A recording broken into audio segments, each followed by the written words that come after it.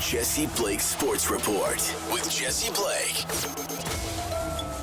Welcome to the Jesse Blake Sports Report. Whether it is your first time here or your last time here or somewhere in between, I appreciate that you are here watching or listening to this podcast right now. And we are going to discuss a terrific Sunday in Blue Jays land, in Blue Jays baseball world, as the Blue Jays, the Toronto Blue Jays, your Toronto Blue Jays, if you are a fan, pick up their first series win at Tropicana Field since 2021. I had no idea it'd been that long. Like, we all know the Blue Jays historically struggle at Tropicana, and it is their Achilles heel. Like, they can't win at Tropicana Field. First time since 2021 they take a series at Tropicana. What a day. And it really should have been a sweep in my eyes. But we'll start with the positive.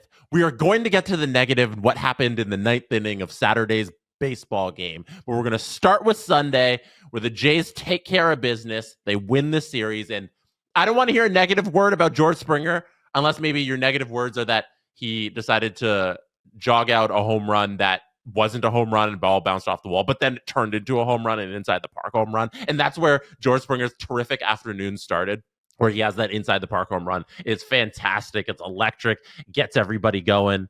And then the following inning, he follows it up with an amazing throw to second base to catch Curtis Mead napping. And then he has a diving catch right after that. I think that was the second out of that inning. He's had no errors on the entire season. George Springer has been fantastic out in the field, and I don't want it to go underappreciated how good the defense was for the Jays this afternoon. Varsho had a terrific play. The game ended with an Alejandro Kirk turnaround throw to first base after a barehanded pickup. For everything wrong with the Jays, what we saw is what we expected out of the Blue Jays all year long. We got a Vladdy game where he hit 2 home runs. How many times this season has Vladdy hit 2 home runs in a single game? 0! 0 is the answer. He has not hit 2 home runs in a single game all season long until today. And this is what we expect out of the Jays. They have fantastic pitching. We know that. But when the pitching isn't there, when Yusei Kikuchi doesn't have his stuff, when he has 3 runs on 9 hits in 4 innings, and then the bullpen's okay. You know, Trevor Richards came in, allowed no runs. Jimmy Garcia gets a couple outs and then allows a 2-run bomb. But that's what happens when you have a comfy lead. The 2-run bombs are okay. They were up 3 runs at the time. And then there's a 2-run shot. It turns into a 1-run game. And your offense picks you up. And that's what we haven't seen out of the Jays all season until now. Until right now. And that's why the Jays are getting so hot at the right moment. It's so fun to see. You worry about this offensive spurt going away come next week, because if we know anything over the course of the 150 games they've played so far, it's that the offense usually lets them down. But it hasn't this weekend. It hasn't in the last week or so since that Texas series. And it's good to see them heading into the playoffs, because the Jays are going to make the playoffs. All they need to do is hit 90 wins now. The road to the playoffs is an easy one for them over this next week.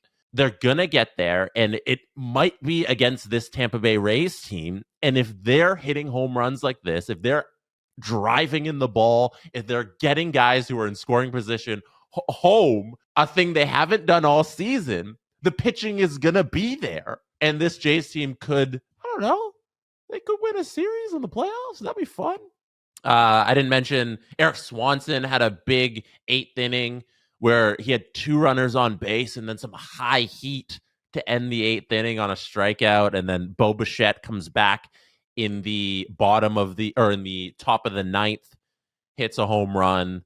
First time all year, Vladdy hits 2 home runs, and the game ends with Alejandro Kirk in that spin around barehanded grab. I don't think there's any other big notes from the game. It was an all around good game.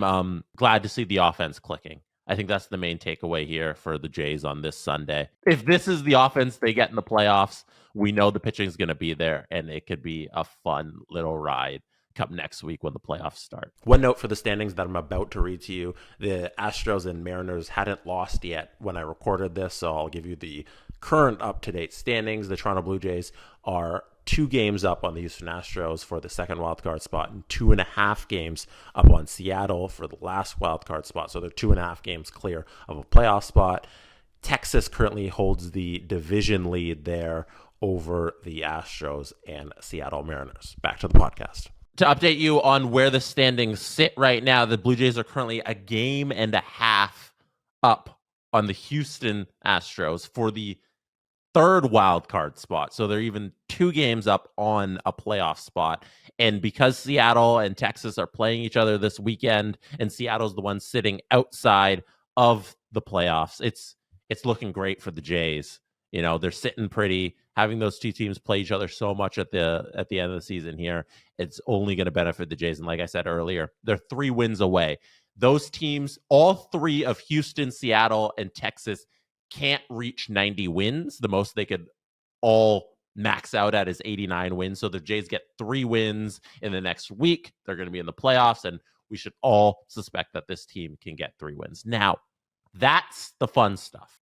The sad stuff, the stuff that's not as fun, is the thing that happened Saturday afternoon as Jordan Romano took the mound in the 9th inning against the Tampa Bay Rays. The inning starts off with a double, and during Jordan Romano's warm-up pitches in the bullpen, he's looking at his hand. He gets on the mound. He's still looking at his hand. After every pitch he throws, he's looking at his hand, and we're like, what the hell's going on? What the hell's going on? And we learn after the game, John Schneider tells everybody that he had a cracked finger. He suffered it in Friday's game when he was on the mound. He suffered a cracked finger, and they sent him out there on Saturday because Jordan Romano said it would be fine. You know, the cracked finger is not going to hurt me. And there's even a mound visit. John Schneider and the trainer go out to Jordan Romano and they say, hey, you're looking at your hand a lot. You just allowed a couple guys to get on base, and we want to know if you're good. And he tells them, yeah, we're good. I'm good. They let him in there. What happens next?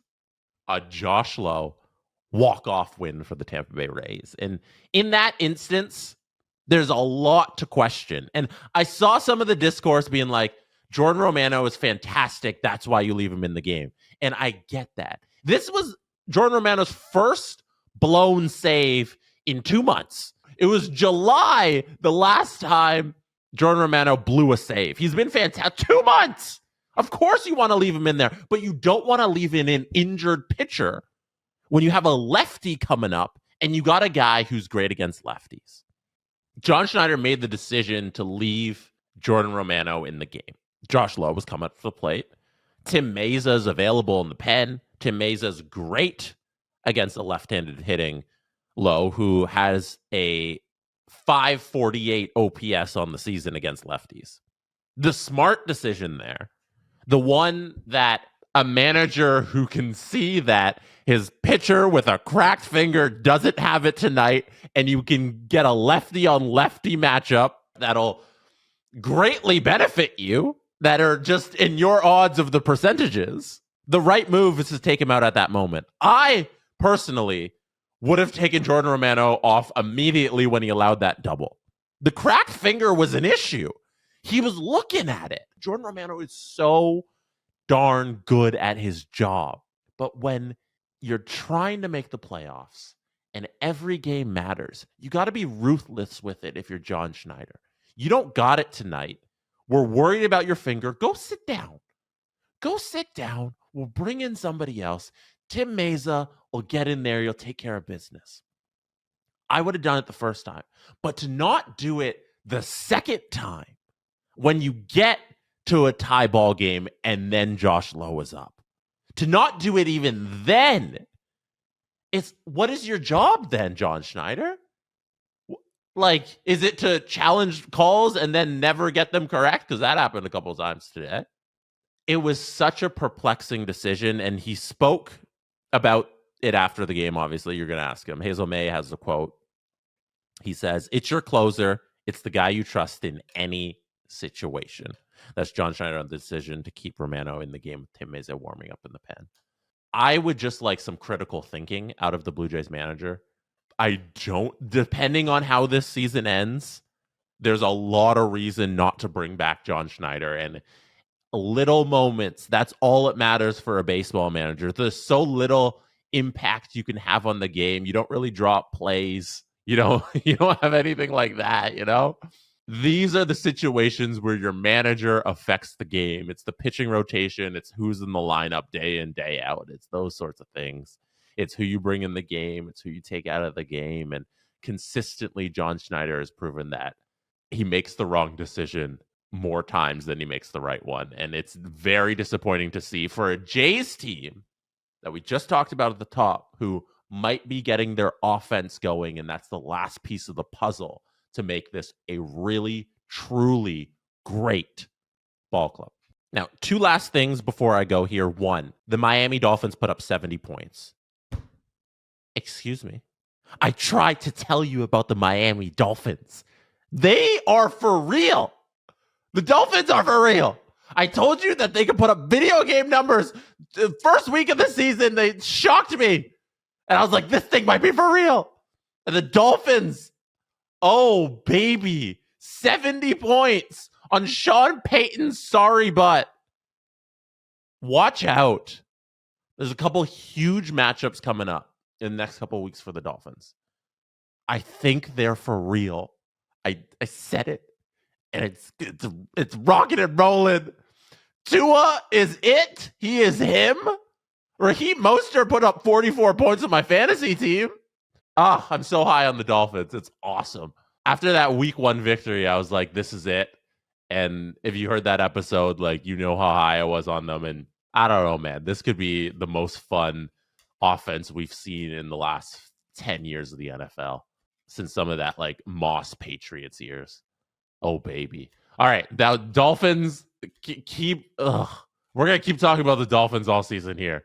It's just too much fun. And then last thing, what's happening, where I tell you what's happening on SDPN and you tell me what's happening in your lives. I just want to shout out the Discord. I just want to shout out the SDPN Discord, sdpn.ca to join us on Discord. Go there. We have channels for everything you could ever imagine in sports and some life stuff. Like, go interact on the JBSR channels there. Go interact on the Steve Dangle podcast channels. We have channels for every show on the network. We have some, just casual lobbies to watch hockey. And as the hockey season ramps up and all the sporting calendar really gets rolling here, NBA starting in about a month or so, our Discord is going to be such a cool place to hang out if you're into that stuff. So go check it out, sdpn.ca. Join us on Discord. That's it for me today. You could have been anywhere in the world, but you chose to be here watching this podcast or listening to this podcast, and I appreciate you. Thank you for being here. I will see you on Thursday night. Good night from Toronto. And that is how it's done. The Jesse Blake Sports Report with Jesse Blake. Jesse Blake, the guy that likes to hear his name twice in one sentence. Sure, I know him. No, he doesn't have an ego at all.